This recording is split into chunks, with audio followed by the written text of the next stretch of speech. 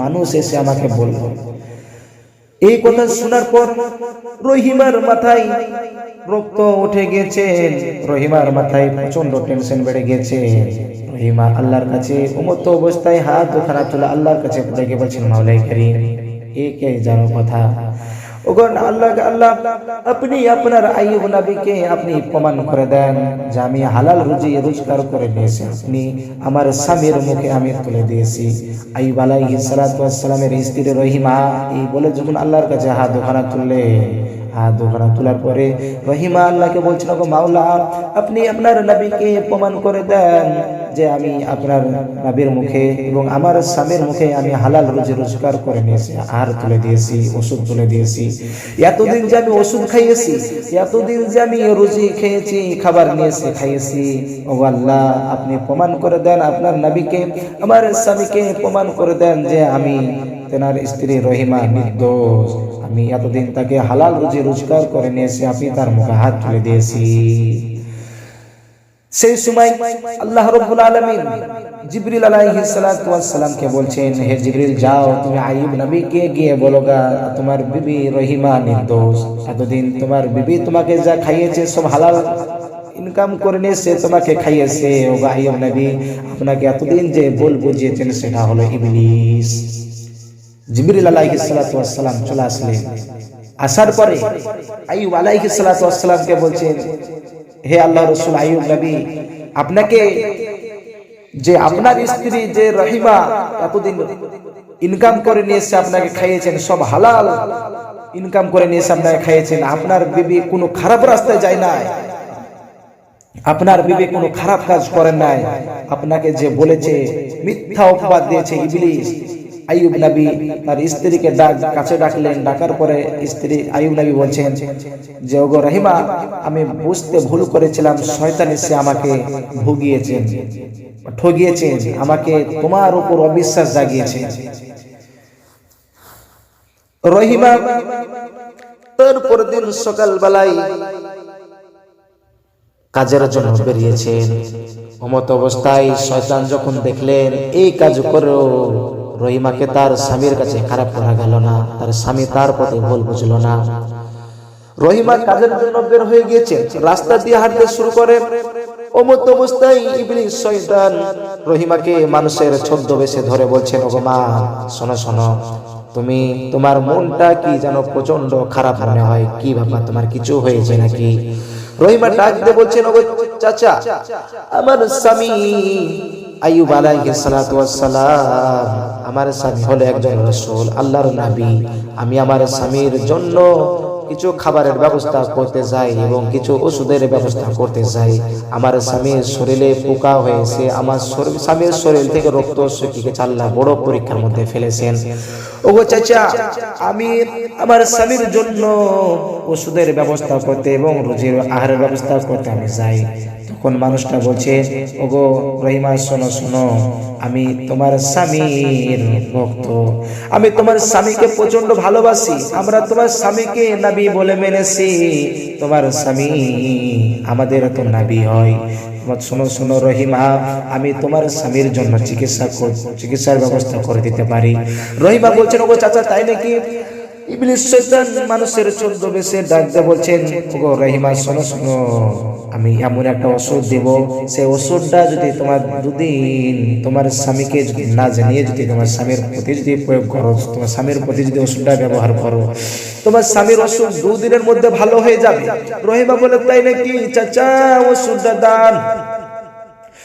ইবলিস শয়তান ডাক দিয়ে বলছেন, ওগো রহিমা, শোনো শোনো, এই ওষুধটা যদি তুমি তোমার স্বামীর প্রতি যদি তুমি 2 দিন যদি তোমার স্বামীকে না জানিয়ে যদি প্রয়োগ করতে পারো, ভালো হয়ে যাবে। তোমার স্বামী যদি এই ওষুধের ব্যাপারে জানে, তোমার স্বামী তোমাকে ওষুধ প্রয়োগ করতে ব্যবহার করতে মানা করবে। আমি তাই তোমাকে বলছি, তুমি যদি পারো তো তোমাকে ওষুধটা আমি দিতে পারি। রহিমা ডাক দিয়ে বলছেন, ওগো চাচা, আমি পারবো, ওষুধটা দেন। ইবলিস শয়তান রহিমাকে বললেন, ওগো রহিমা দাঁড়াও, ওষুধটা নিয়ে আসি। ইবলিস শয়তান যাওয়ার পরে একটা সাদা বোতলে পানি এবং একটি মাংস নিয়ে এসে এই রহিমাকে দিয়ে বললেন, ওগো রহিমা শোনো শোনো, এই ওষুধটা তুমি তোমার স্বামীকে পান করাবা, আর এই মাংসটা কাবাব তৈরি করে তোমার স্বামীকে খাওয়াবা। দেখবা 2 দিনের মধ্যে তোমার স্বামীর শরীর একবারে সুস্থ হয়ে যাবে, আগে যেরকম ছিল সেরকম তোমার স্বামীর শরীরটা সুস্থ হয়ে যাবে। রহিমা চলে আসলেন, সেই মাংস আর বোতল পানি নিয়ে চলে আসলেন। আসার পর আইয়ুব নবীকে বলছেন, ওগো আমার প্রাণের স্বামী আইয়ুব, শোনো শোনো, রাস্তার মাঝে একজন আপনার ভক্তকে দেখা হয়েছিল, আপনার ভক্তর সাথে।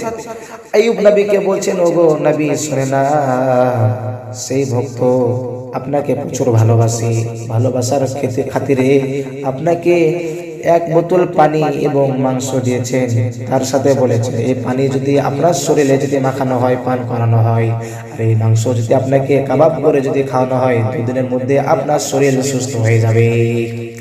আইয়ুব আলাইহিস সালাতু ওয়াস সালাম বলেন, ওগো রহিমা শোনো শোনো, এই পানি এই মাংস আমি ততক্ষণ পর্যন্ত খাবো না, যতক্ষণ না পর্যন্ত আল্লাহর দরবার থেকে আমার কাছে কোনো ওহী আসবে, ততক্ষণ পর্যন্ত আমি খাবো না।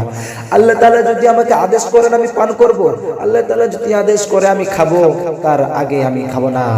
ওগো বিবি রহিমা শোনো শোনো, তুমি ওই আমার পাশে দেখছো আমার বিছানার বালিশের কাছে তুমি গিয়ে রেখে দাও। রহিমা রেখে দিলেন। রেখে দেওয়ার পর আল্লাহ তাআলা জিবরিল আলাইহিস সালাতু ওয়াস সালাম এর ওহী আসা বন্ধ হয়ে গেলেন। আল্লাহ তাআলার কাছে আইয়ুব আলাইহিস সালাতু ওয়াস সালাম আর সুপারিশ করতে পারে না। সুপারিশ করতে পারে কিন্তু আইয়ুব আলাইহিস সালাতু ওয়াস সালাম আর কিছুই করতে পারে না। আল্লাহ তাআলার কথা জিবরিল আসা বন্ধ করে দিয়েছেন, ওহী আসা বন্ধ করে দিয়েছেন।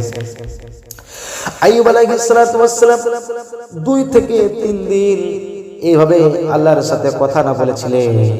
আইয়ুব আলাইহিস সালাতু ওয়াস সালাম 3 দিনকার দিন হাত তুলে আল্লাহর কাছে হাওমাও করে কেঁদে বলছেন, ওগো মাওলা, আমার কাছে কিসের জন্য জিবরিল আসে নাই?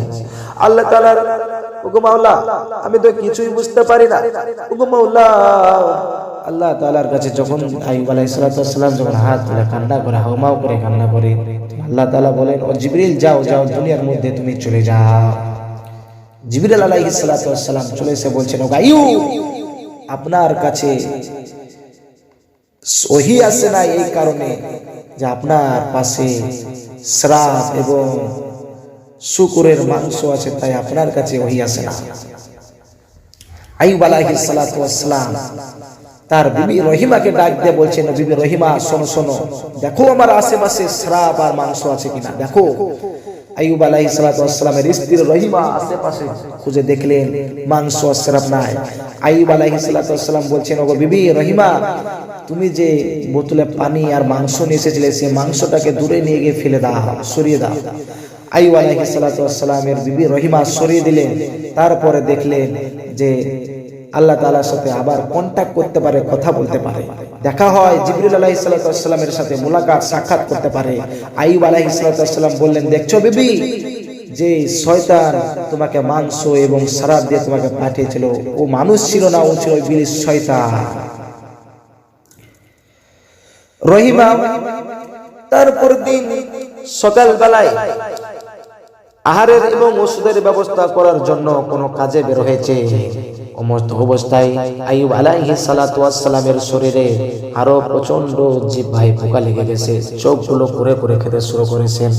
আইয়ুব আলাইহিস সালাতু ওয়াস সালাম আল্লাহকে ডাক দিয়ে বলছেন, ওগো মাওলা, আমি যেই মুখে তোমার ইবাদত করতাম, যেই মুখে তোমার জিকির করতাম, যে চোখ দিয়ে তোমার সূর্য দেখে সময় দেখে আমি তোমার নামাজ কায়েম করতাম, হে আল্লাহ, আমি কি করে করব? তুমি আমার চোখটা করে করে খেয়ে নিচ্ছে পোকায়, এবং আমার জিহ্বাটা এই পোকায় করে করে খেয়ে নিচ্ছে। আমি কি করে তোমার এই জিহ্বা দিয়ে আমি তোমার জিকির করব?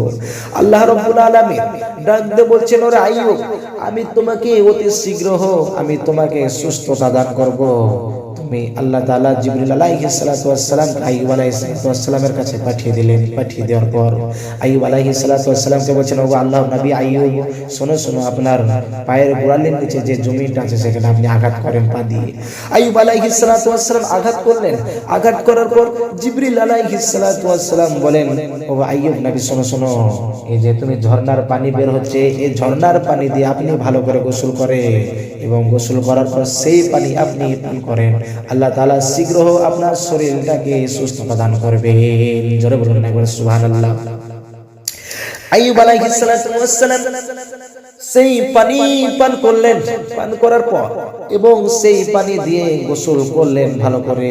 গোসল করার পর আইয়ুব আলাইহিস সালাতু ওয়াস সালামের যে শরীরে যে পচা চামড়া ছিল, সে পচা চামড়া দূর হয়ে গেলেন এবং নয়া চামড়া দিনের মধ্যে সৃষ্টি নিলেন। জোরে বলুন একবার সুবহানাল্লাহ। নয়া চামড়া সৃষ্টি হলেন। এত সুন্দর চেহারা, এত সুন্দর চেহারা হয়ে গেছে। আইয়ুব আলাইহিস সালাতু ওয়াস সালাম যখন সুস্থতা দান হয়ে গেছে, তখন দেখছেন একজন ফেরেশতা জান্নাতের কাপড় নিয়ে এসে আইয়ুব আলাইহিস সালাতু ওয়াস সালামকে বলছেন, ও আইয়ুব শোনো শোনো, আল্লাহ তাআলা জান্নাতের পোশাক পাঠিয়েছেন, এই পোশাকগুলো আপনি পরিধান করুন। আইয়ুব আলাইহিস সালাতু ওয়াস সালাম সেই পোশাকগুলো পরিধান করার পরে আইয়ুব আলাইহিস সালাতু ওয়াস সালাম কিছুটা হেঁটে গিয়ে আল্লাহর মশগুল, আল্লাহর শুকরিয়া আদায় করতে করতে ওখানে বসে আছেন। অমত অবস্থায় রহিমা এসে দেখলেন স্বামীর স্থানীয় জায়গায় স্বামী নাই।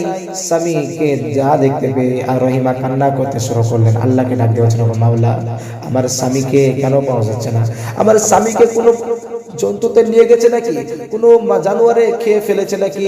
না আমার স্বামীকে কেউ তুলে নিয়ে গেল নাকি? এই বলে আল্লাহর কাছে কান্না করে মতো অবস্থায় এদিক ওদিক ঘোরাফেরা করে দেখে একজন মানুষ বসে আছেন সেই জায়গায়। সে তার কোনো মানুষ ছিল না, সে তো আইয়ুব নবী বসেছিলেন। সেই মানুষের কাছে গিয়ে বলছেন, রহিমা ডাক দিয়ে বলছেন, ওগো ভাই শোনো শোনো, এখানে কি আমার স্বামীকে দেখেছো? আইয়ুব আলাইহিস সালাতু ওয়াস সালাম বলছেন, তোমার স্বামীকে? রহিমা ডাক দিয়ে বলেন, আমার স্বামী আইয়ুব নবী, তিনি আল্লাহর নবী, আল্লাহ তাআলা তাকে নবী করে দুনিয়ার মধ্যে পাঠিয়েছেন। তিনি হলো আমার স্বামী, প্রাণের স্বামী। তার অসুস্থ শরীর ছিল, তার শরীরে পোকা মাকড় ধরে গিয়েছিল, শরীরে রক্ত চুষে চুষে খেয়ে নিয়েছিল। আমি তার বিবি রহিমা, আমি তাকে রেখে তার জন্য আহারের ব্যবস্থা করতে গিয়েছিলাম, ওষুধের ব্যবস্থা করতে গিয়েছিলাম। এসে দেখলাম সে স্বামীকে পাওয়া যায় না। আইয়ুব নবী ডাক দিয়ে বলেন, তোমার স্বামীকে কি তুমি চিনো? রহিমা ডাক দিয়ে বলছেন, কি বলেন যুবক, আমি আমার স্বামীর সাথে আজ 18 বছর সংসার করছি, 18 বছর ধরে আমি তার খিদমত করছি, আমি কি তাকে চিনতে পারবো না? এ বললে হয়।